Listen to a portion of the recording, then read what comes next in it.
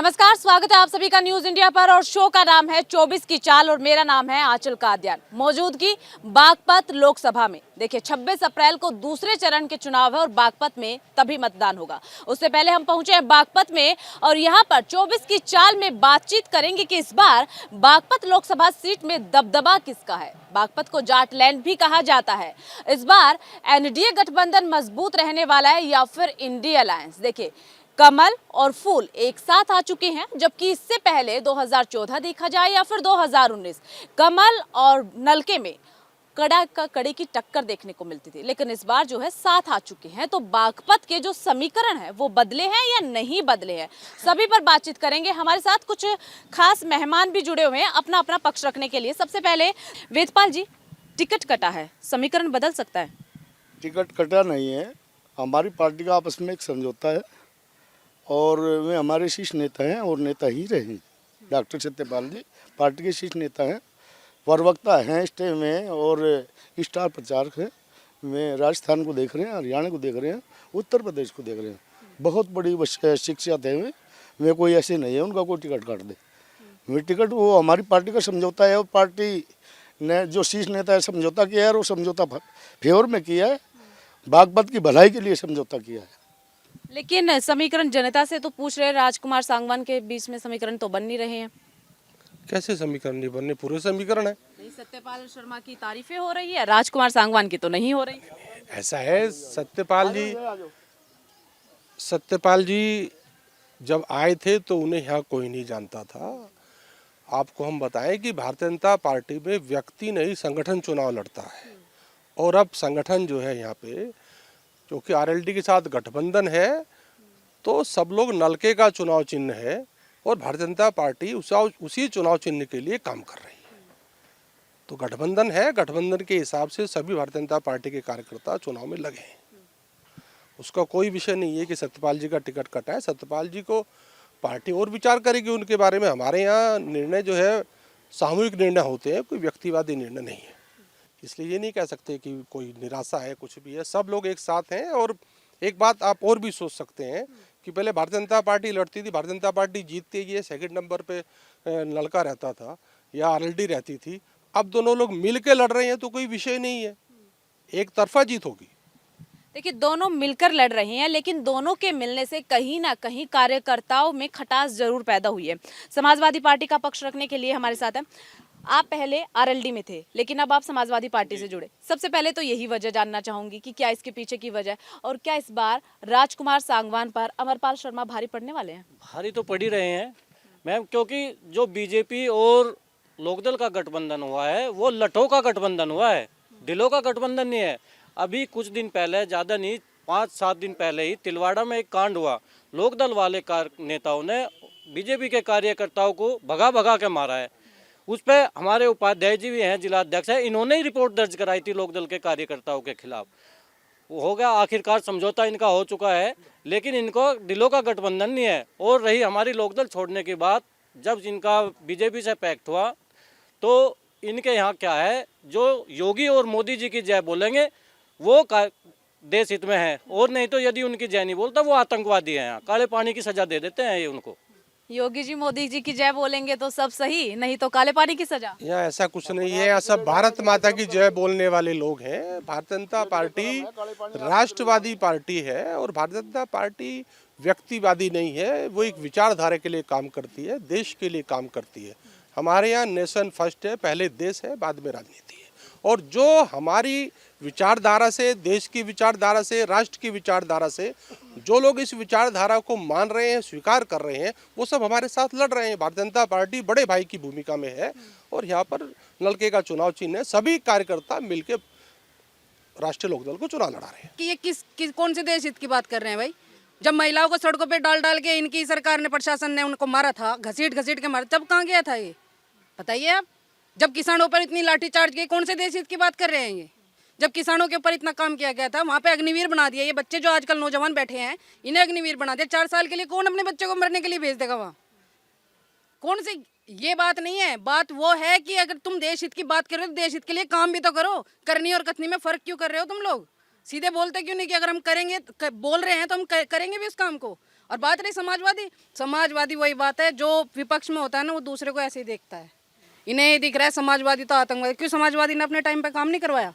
ये सच्चाई है। मैं लोकदल में पहाड़ों में से जो महिला आई थी बलात्कार किए थे समाजवादी पार्टी ने, भोपा मोरना कांड किया था समाजवादी पार्टी ने अपने समय में। इससे बड़ा और क्या काम कर सकते समाजवादी पार्टी जब उत्तराखंड के लिए आए? क्या बीजेपी पार्टी ने ना ही किसी का रेप किया है, ना ही किसी के साथ बदतमीजी। देखिए, अब महिलाओं का जिक्र हो गया है, कानून व्यवस्था का जिक्र हो गया है, तो जनता की राय रखने के लिए भी हमारे साथ कुछ महिलाएं हैं, इन्हीं से जान लेते हैं। जनता की राय जानना भी जरूरी हो जाता है। कानून व्यवस्था में सुधार हुआ?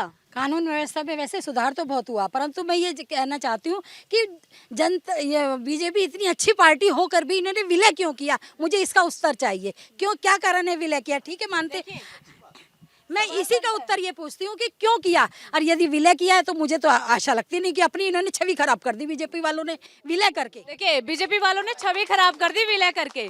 ये माता जी को लग रहा है, ये उनका विषय है, लेकिन इसके क्या फायदे हैं, राष्ट्र पे क्या नुकसान है, वो शीर्ष नेतृत्व का विचार है। वो सोचते हैं, सोच विचार के ही गठबंधन होता है, और वो अगर विचार हुआ है तो अच्छे के लिए हुआ है। ऐसा तो नहीं होने वाला 4 जून को पता चले नलका और कमल की जोड़ी डगमगा गई। ऐसा है, आप लोगों को पता है कि 6 महीने पहले हमने चुनाव जीत लिया था। 6 महीने पहले बीजेपी ने अपने दम पे चुनाव 1.5 लाख से जीत लिया था। गठबंधन का इतना फायदा हो गया, 5 लाख से घाट लीड नहीं होगी। बागपत की लीड लोग देखेंगे और देखने अभी सामने आने वाली है आपके। इसमें कोई बात नहीं जिसकी आप बात कर रहे हो।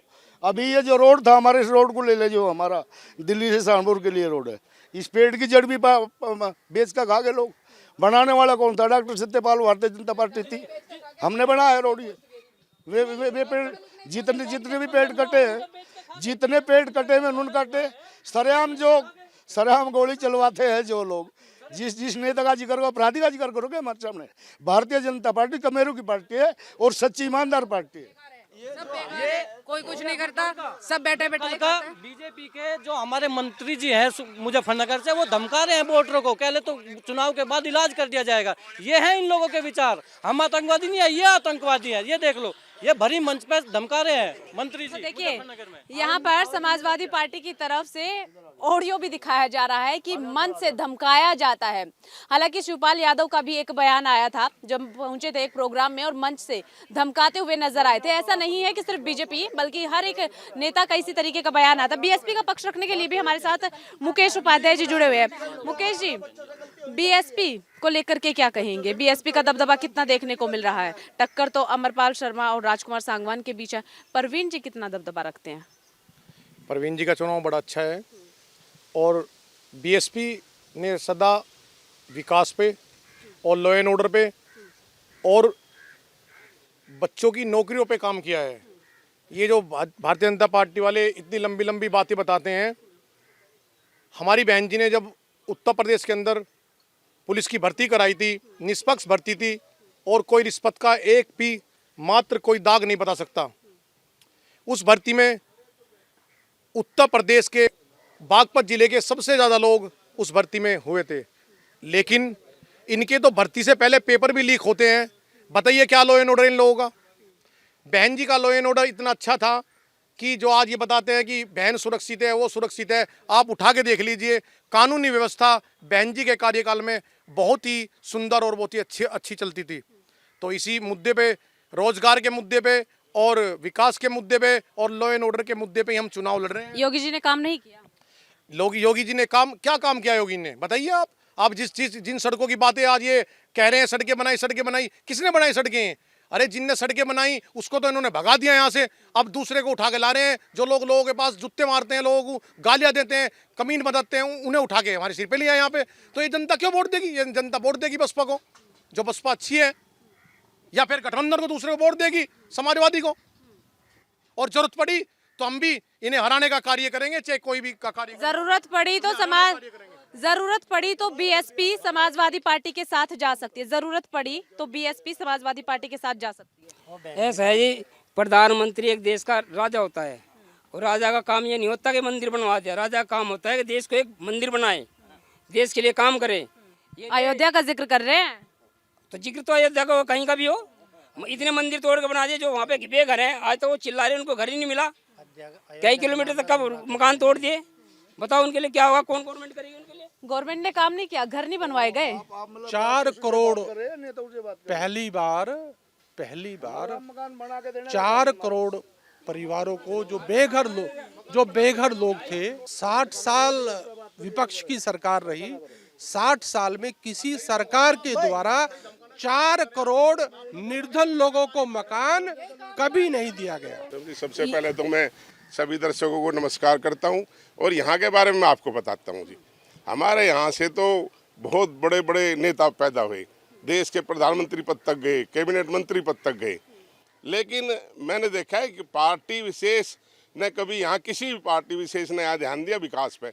यहाँ तो सिर्फ व्यक्ति विशेष ने विकास पे ध्यान दिया। 2014 में डॉक्टर सत्यपाल सिंह जी आए थे यहाँ, उन्होंने यहाँ दिखाया कि विकास कैसे होता है, उन्होंने करके भी दिखाया है। लेकिन अभी क्या किया बीजेपी ने, थोड़े से लालच में इस क्षेत्र को दोबारा फिर विनाश के रास्ते पे चढ़ा दिया, यानी उन्हीं लोगों के साथ फिर भेज दिया, उन्हीं लोगों के साथ तालमेल कर लिया जो दोबारा फिर वही स्थिति यहाँ लाएंगे, गरीब तबके को धमकाएंगे, जातिवाद की राजनीति करेंगे और एक वर्ग विशेष को बढ़ावा देंगे, बाकी सबको बेइज्जती भी करेंगे उनके। मैं देखता था पहले इस क्षेत्र में, मैं खुद उस जाति से ही हूँ, और यहाँ क्या करते थे, गरीबों को रात को घर में कूद जाते थे। आपके कहने का मतलब बीजेपी ने गरीबों के लिए काम किया, लेकिन ये गठबंधन सही नहीं हुआ? नहीं, एक व्यक्ति विशेष ने काम किया, लेकिन उसको साइड में लगा दिया, समझौता कर लिया और उसको हटा के लोकदल के उसमें सीट दे दी दोबारा, यानी जो पहले परंपरा चल रही थी उसी में फिर उसी रास्ते बीजेपी ने फिर ये चढ़ा दिया। तो इसलिए हम तो ये चाहते हैं, मैं माननीय राष्ट्रीय अध्यक्ष समाजवादी पार्टी श्री अखिलेश यादव जी का धन्यवाद करता हूँ। उन्होंने चुन के एक मजबूत आदमी यहाँ ऐसा ले आए जो गरीब गुरबाओं की, कमजोरों की आवाज़ बढ़ेगा, उनकी बात सुनेगा, उन पर कोई अत्याचार होगा उसके साथ वे खड़े भी होंगे। ये अच्छा काम उन्होंने किया है, तो इसलिए मैं बार बार उनका धन्यवाद करता हूँ। इस क्षेत्र के बारे में उन्होंने विचार किया, नहीं तो पहले क्या होता था, इस क्षेत्र में सोचते थे यहाँ से कुछ होना तो है नहीं, छोड़ किसी को भी चुनाव लड़ा लूँ, लेकिन अब की बार उन्होंने बहुत सोच समझ के यहाँ उम्मीदवार उतारा है। और मैं आप सबके बीच में कहना चाहता हूँ, आप देखिए रिजल्ट क्या आएगा। ये सब आदमी जो वर्ग विशेष से अलग है, ये सब आदमी उसके साथ खड़े हो गए और अमरपाल जी को विजय बनाएंगे। देखिए 4 जून को ही पता चलेगा कि अमरपाल जी विजय करते हैं या फिर राजकुमार सांगवान या फिर बीएसपी के परवीन। बीएसपी वालों से ही बात कर लेते हैं, क्या लगता है, जब अभी मायावती जी है इनएक्टिव नजर आ रही है, देखिए आप इस बात पे गर्म मत होइएगा, लेकिन ये बात सही है, मायावती जी इन दिनों नजर नहीं आ रही, चुनाव नजदीक आए, अब थोड़ा बहुत वो घर से बाहर निकली है। हालांकि लगातार उम्मीदवारों की लिस्ट भले ही आ रही हो, लेकिन कामकाज नहीं किए जा रहे हैं, ये कहा जा रहा है। कम से कम जनता के बीच तो पहुंचे ना मायावती जी। अभी बहन जी रैली करनी शुरू करेंगी, निकलना शुरू करेंगी, अभी निकल चुकी हैं, और आनंद भाई भी बाहर निकल चुके हैं, अभी प्रोग्राम चल रहे हैं, तो धीरे धीरे सारा काम शुरू हो जाएगा। और जनता समझ रही है इनकी नीतियों को। अगर ये सत्ता में कमजोर ना होते तो इस तरह से छोटे छोटे जिन दलों को हराते थे, ये उन्हीं दलों से गठबंधन कर रहे हैं, तो ये कहीं ना कहीं अपनी हार मान रहे हैं देश में। और 400 पार की बात करते हैं, मुझे तो लगता नहीं कि ये 150 भी ले जाएं, 200 पार कर जाएं, क्योंकि इनकी स्थिति इतनी कमजोर हो चुकी है, ये बौखला चुके हैं, तभी ये उन लोगों का सहारा ले रहे हैं जिन लोगों को इन्होंने हराया हुआ है। और आज बात कर रहे हैं विकास की, इस चीज की, ये कहीं पर भी कुछ नहीं टिके हुए हैं, केवल इन लोगों का लड़ने का काम है, दूसरों को दबाने का काम है। और अगर कोई अपने हक की बात करता है उसको हर तरह टॉर्चर करते हैं लोग, ये किसी तरह बैठ जाए, किसी तरह लुक जाए, अन्यथा इसके मकान को भी तोड़ देंगे, इसके घर को भी तोड़ देंगे। हक की बात करने वालों को दबाया जाता है। एनडीए 400 पार का नारा दे रहे, 150 भी पार होना मुश्किल है। हमारी पार्टी का एक ही नारा है कि सबका साथ सबका विकास। आपको पता है कि हमने जितने मतलब मकान बनाए हैं हर शहर में, किसी भी शहर में कोई मुस्लिम या हिंदू ये कहे कि मुझे वो सुविधा नहीं मिली। आपको पता है कि हमारे क्षेत्र का बहुत बुरा हाल था, सोच के लिए भी बहन शाम तक की इंतजार कर रहे थे, कब दिन छिपे कब मैं बाहर जाऊँ। सबसे पहले माननीय हमारे प्रधानमंत्री जी की जो योगी जी की जो सोच थी, उन बहनों को पहले वो शौचालय देने का काम किया। उसके बाद आपको पता गैस सिलेंडर की क्या हालात थी, एक के 10-10 20-20 रखे जाते। आज हमारी कोई भी बहन किसी भी प्रकार से, और बहनों को इस तरीके से दूधा के रखे जाता कि घर वाला कभी ये सोचता ही नहीं था। घर कभी पियर वाले तो ससुराल में भी आए देते थे, ससुराल वाले भी कभी कहते थे कि अपने घर जाओ। सबसे पहले माननीय योगी जी ने बहनों के नाम मकान देने का काम किया। इस तरह का जो मतलब सम्मान भारतीय जनता पार्टी ने किया वो किसी पार्टी ने किया नहीं है। आप लोगों को मीडिया के माध्यम से ये पता भी है, माननीय योगी जी जब तक वह हैं, अभी जो धमकाने डराने की बात जो है, अपराधी यदि इस चौराहे पे कुछ बकवास करेगा तो दूसरा चौराहा मिट्टी में मिला जाएगा। ये बीजेपी का काम है। आपको क्या लग रहा है, सही काम किया है योगी जी ने? योगी जी ने सही काम किया, रास्ते बनाए हैं और प्रशासन अच्छा किया। महिलाओं के लिए क्या किया? महिलाओं के लिए बहुत अच्छे घर बनाए हैं और सुरक्षा की है और आयुष्मान कार्ड सभी को दिए गए। सभी को नहीं दिए, ये तो वहाँ मतलब 4 कैंडिडेट वाले तक नहीं पहुँचे। मैं उनसे ये कहना चाहूँगी ये 4 कैंडिडेट वाले बीमार नहीं होते। यदि आयुष्मान कार्ड उनके बन रहे हैं जिनके घर में यदि 6 सदस्य हैं तो आयुष्मान कार्ड बनेगा, नहीं तो नहीं बनेगा। क्योंकि क्या वो 4 वाले बीमार नहीं होते, 1 वाले बीमार नहीं होते, 6 वाले बीमार होंगे। तो ये किया बहुत अच्छा। देखिए यूपी में ऐसा तो नहीं है कि हमेशा से ही बीजेपी रही, बीएसपी भी रही है, समाजवादी पार्टी भी रही है और अब बीजेपी है। तो किस कार्यकाल में सबसे ज्यादा काम हुआ, किसकी सरकार में काम? मोदी सरकार ने किया, इतना शायद नहीं किया। अब ये सबों ने ये ऑब्जेक्शन उठाया कि मकान नहीं मिल रहे, 2.5 लाख रुपए मिलते हैं हर एक कैंडिडेट को, वो उसके काम तो बीजेपी ने किया महिलाओं के लिए। बहुत अच्छा किया जी, महिलाएं। हाँ जी बहुत अच्छा किया है। बेटी बचाओ बेटी पढ़ाओ हाथरस कांड है। मैं खुद एक पहले जो मैं लोकदल में थी, मैं जिला अध्यक्ष थी और मैं क्षेत्र में अच्छी तरह घूमती थी। यहाँ के सभी ज़्यादातर मुझसे परिचित भी हैं। मुस्लिम समाज में इतने बलात्कार हुए छोटी छोटी बच्चियों के साथ। मैं उनके घर पे गई हूँ, पुलिस में जाके उनके विपक्ष के खिलाफ रिपोर्ट लिखवाई है, लेकिन कोई कार्रवाई नहीं। वो कार्रवाई दबाई गई। हाथरस कांड में कार्रवाई दबाई गई। लड़की को रात को तेल डाल के जला के मार दिया। बेटी बचाओ बेटी, बहुत ही मतलब इतना विकास में भगवान कसम ऐसा तो विकास आज तक मैं देखा ही नहीं। कितना विकास कर रहे हैं। बात रही महिलाओं के बचाव की, कौन सा महिला बचा रही? महिलाएं आजकल पढ़ी लिखी हैं, अपने आप में परिपक्व हैं, सामने बोलने वाले का मुंह तोड़ना जानती हैं। यहाँ महिलाएं अपने आप में सेफ हैं। बस महिलाएं अपने आप को खुद बचा रही है बीजेपी के लिए। सुभाष जी ने बताया अभी, बहुत अच्छी बात है। उन्होंने सारा ईमानदारी से बिल्कुल उन्होंने बहुत अच्छी तरह बताया। और हो सकता उन्होंने कहा अभी कि जो पहले वाले सांसद थे, जो व्यक्ति थे, उन्होंने बहुत अच्छा काम करा। वो भारतीय जनता पार्टी के सांसद थे, 2 बार से थे लगातार। और वो बिल्कुल सही कह रहे हैं कि उन्होंने बिल्कुल एकदम सबको लोगों को साथ लेके उन्होंने पूर्ण रूप से विकास कार्य कराए।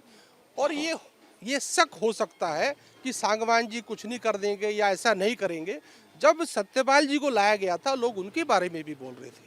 और मैं ये, क्योंकि जो सांगवान जी हैं, निश्चित रूप से जो सत्यपाल जी ने कार्य किए हैं उन्हें आगे बढ़ाने का काम और उन्हें पूरा करने का काम सांगवान जी करेंगे। उनके किसी भी काम को पीछे नहीं हटाया जाए। ठीक है।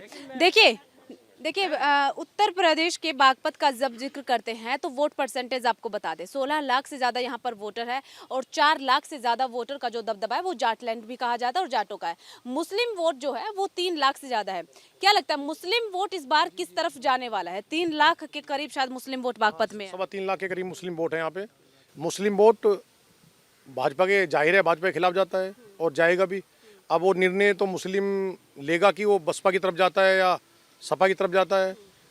तो अधिकतर तो निर्णायक वोट जो यहाँ पे है वो मुस्लिम वोट है।